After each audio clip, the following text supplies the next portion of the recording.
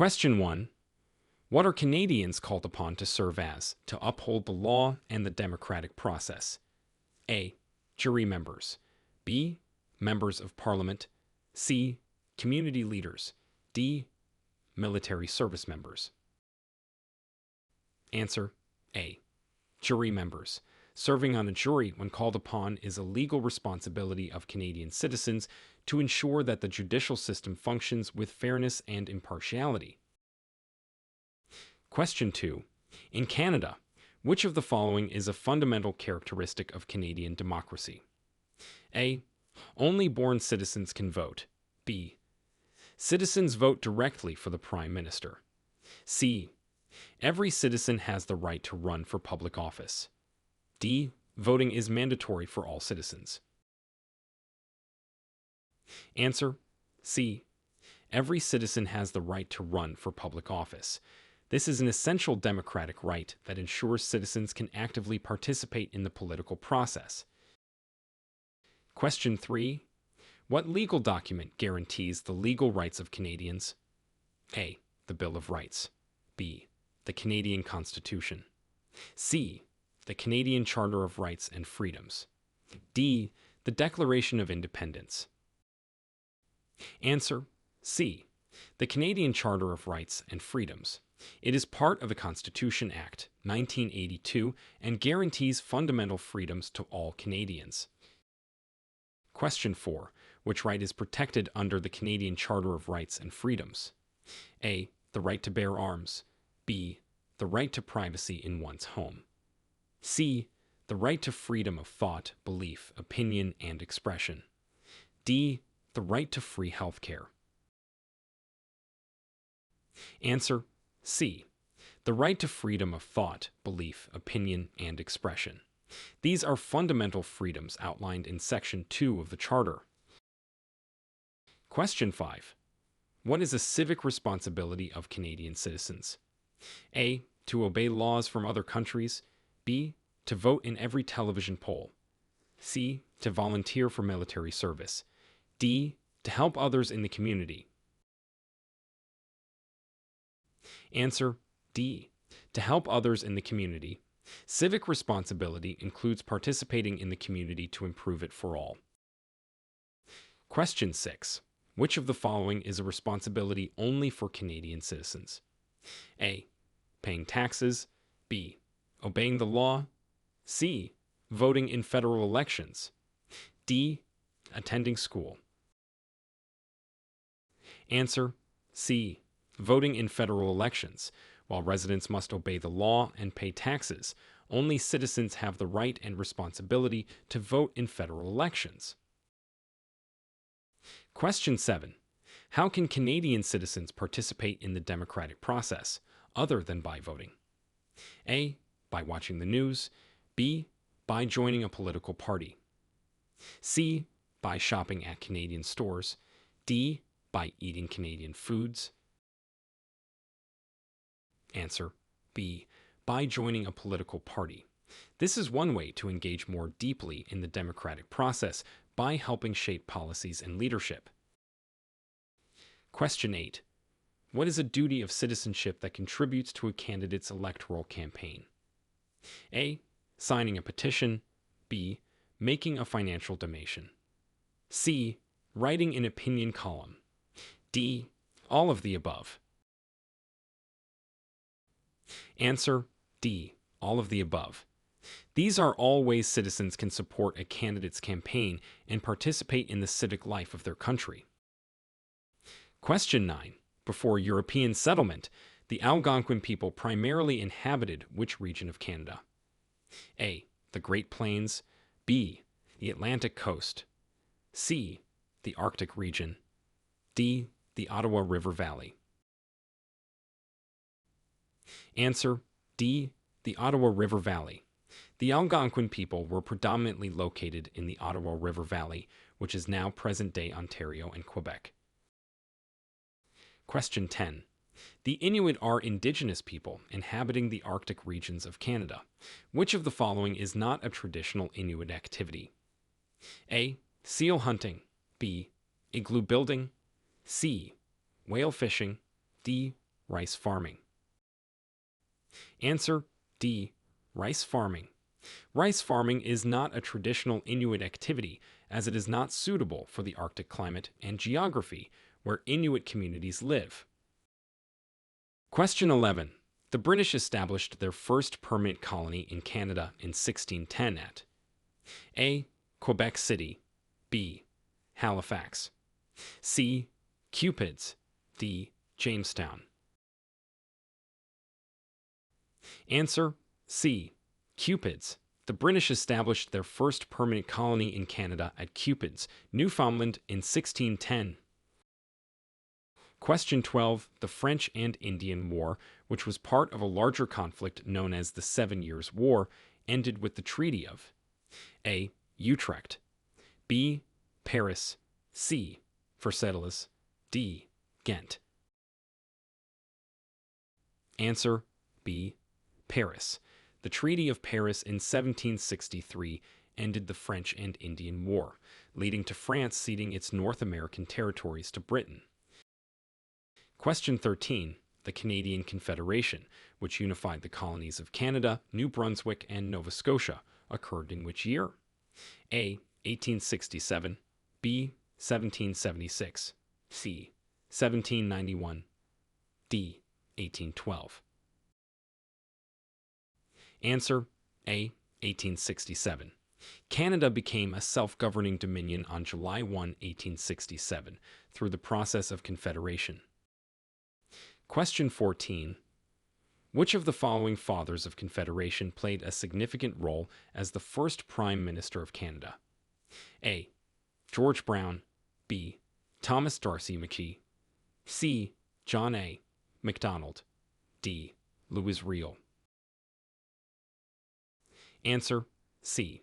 John A. Macdonald. John A. Macdonald was a key architect of Canadian Confederation and served as the first Prime Minister of Canada. Question 15. The Canadian Charter of Rights and Freedoms was enacted in which year? A.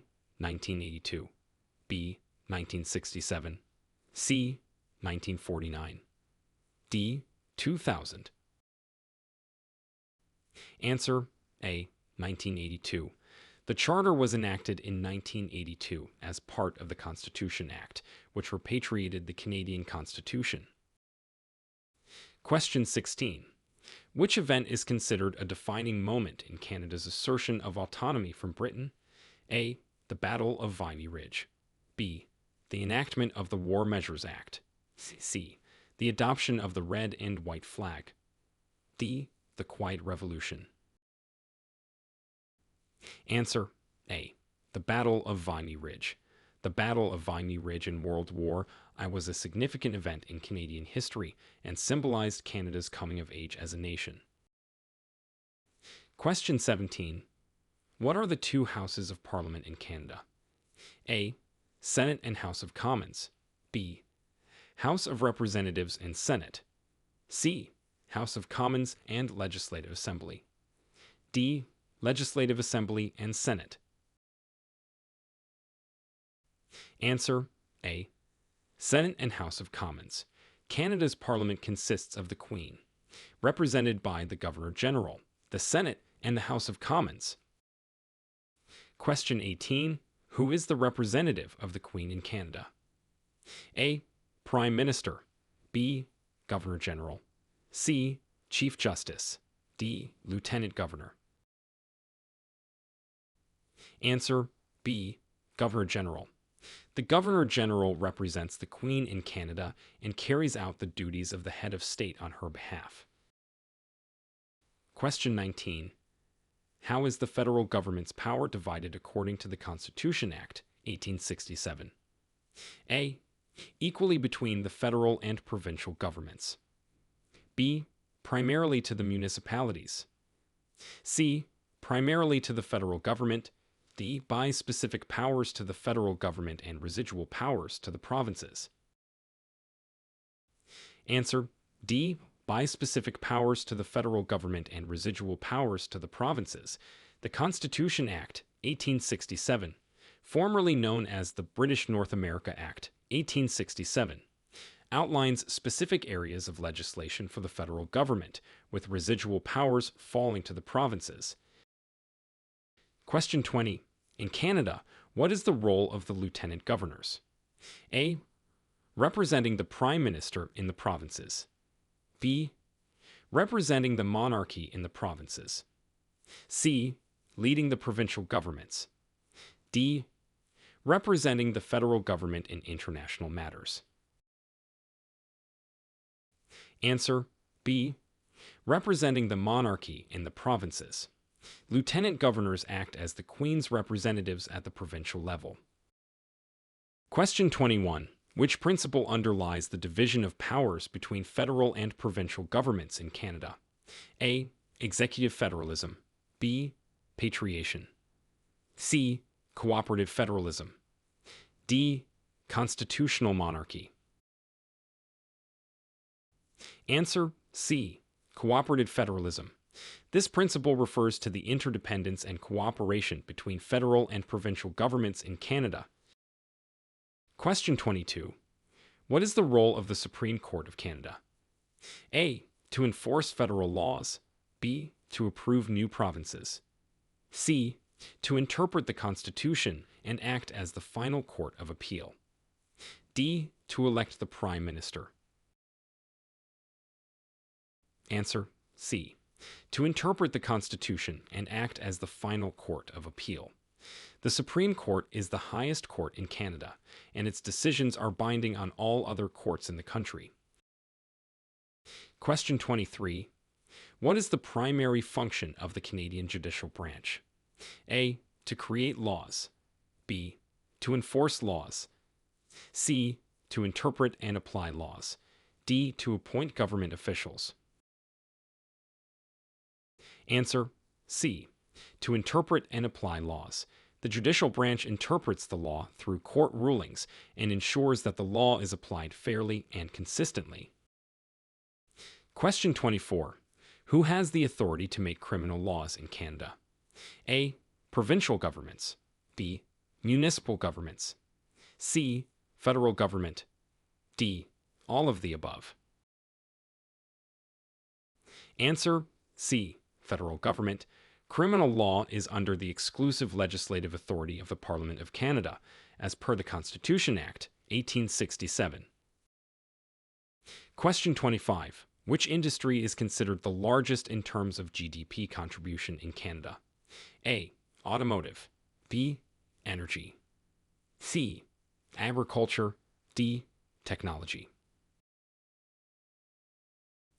Answer B. Energy. Canada's energy sector, including oil and gas extraction, is a major contributor to the country's GDP, making it one of the largest industries in Canada. Question 26. In which economic sector does Canada's healthcare industry belong? A. Primary. B. Secondary. C. Tertiary. D. Quaternary. Answer C. Tertiary. Canada's healthcare industry belongs to the tertiary sector, which involves the provision of services rather than the production of goods. Question 27. What is Canada's largest export commodity? A. Crude oil. B. Cars. C. Timber. D. Wheat. Answer A. Crude oil. Crude oil is Canada's largest export commodity, reflecting the country's significant oil reserves and production capacity. Question 28. What is the name of Canada's currency? A. Dollar. B. Pound. C. Euro. D. Francie. Answer A. Dollar. The currency of Canada is the Canadian dollar, often symbolized as CAD or simply dollar within Canada. Question 29. Which Canadian region is known for its diverse landscapes, including mountains, forests, and thousands of lakes? A. The prairies. B. The Canadian Shield. C. The Atlantic provinces. D. The Great Lakes region. Answer B. The Canadian Shield. The Canadian Shield is known for its vast and varied landscapes that include mountains, dense forests, and a multitude of lakes. Question 30. Which province is Canada's most populous? A. British Columbia. B. Alberta. C. Ontario. D. Quebec. Answer C. Ontario. Ontario is the most populous province in Canada, with major urban centers such as Toronto and Ottawa. Question 31. Which city is considered Canada's financial hub? A. Vancouver. B. Toronto. C. Montreal. D. Calgary. Answer B. Toronto. Toronto is recognized as the financial center of Canada, hosting the Toronto Stock Exchange and the headquarters of numerous banks and multinational corporations. Question 32. What is a significant environmental challenge facing Canada's northern regions? A. Deforestation. B. Desertification. C. Melting permafrost. D. Overfishing. Answer C. Melting permafrost. Canada's northern regions are facing the challenge of melting permafrost due to climate change, which affects ecosystems and infrastructure. Question 33. What year was the current Canadian national flag inaugurated? A. 1965. B. 1980. C. 1957. D. 1992. Answer A. 1965. The national flag of Canada, often simply referred to as the maple leaf, was inaugurated on February 15, 1965. Question 34. Which song was proclaimed as the national anthem of Canada by the National Anthem Act in 1980? A. God Save the Queen. B. O Canada. C. The Maple Leaf Forever. D. Canada in My Pocket. Answer B. O Canada. O Canada was proclaimed Canada's national anthem on July 1, 1980, 100 years after it was first sung on June 24, 1880. Question 35. Who is recognized as the father of Medicare in Canada? A. Sir John A. Macdonald. B. Lester B. Pearson. C. Tommy Douglas. D. Pierre Trudeau. Answer C. Tommy Douglas. Tommy Douglas is known as the father of Medicare in Canada due to his role in introducing the first universal healthcare program in Saskatchewan. Question 36. Which holiday celebrated on July 1st marks the anniversary of the formation of the Union of the British North America Provinces? A. Victoria Day. B. Canada Day. C. Labor Day. D. Thanksgiving. Answer B. Canada Day. Canada Day is celebrated on July 1st and marks the anniversary of the Confederation in 1867, when the British North America Act came into effect. Question 37. The Canadian Armed Forces, CAF, are known for several roles. Which of the following is not a traditional role of the CAF? A. Peacekeeping operations. B. Search and rescue missions. C. Policing and law enforcement within Canada. D. Disaster relief both nationally and internationally. Answer C. Policing and law enforcement within Canada. The TAF's traditional roles include defense against armed attacks, peacekeeping, and providing disaster relief. Policing and law enforcement are primarily the responsibilities of the Royal Canadian Mounted Police and other municipal and provincial bodies. Question 38. What is the primary goal of Canada's national security policy? A. Promoting economic stability. B. Ensuring a strong military presence worldwide. C. Protecting citizens from cyber attacks. D. Protecting Canadians and Canadian interests at home and abroad. Answer D. Protecting Canadians and Canadian interests at home and abroad. Canada's national security policy is designed to address a wide range of threats to the country's security, focusing on the protection of its citizens and interests, both domestically and around the world. Question 39. Which of these services is a responsibility of Canada's emergency services? A. Providing legal assistance. B. Conducting educational programs. C. Responding to natural disasters. D. Offering financial loans. Answer: C. Responding to natural disasters.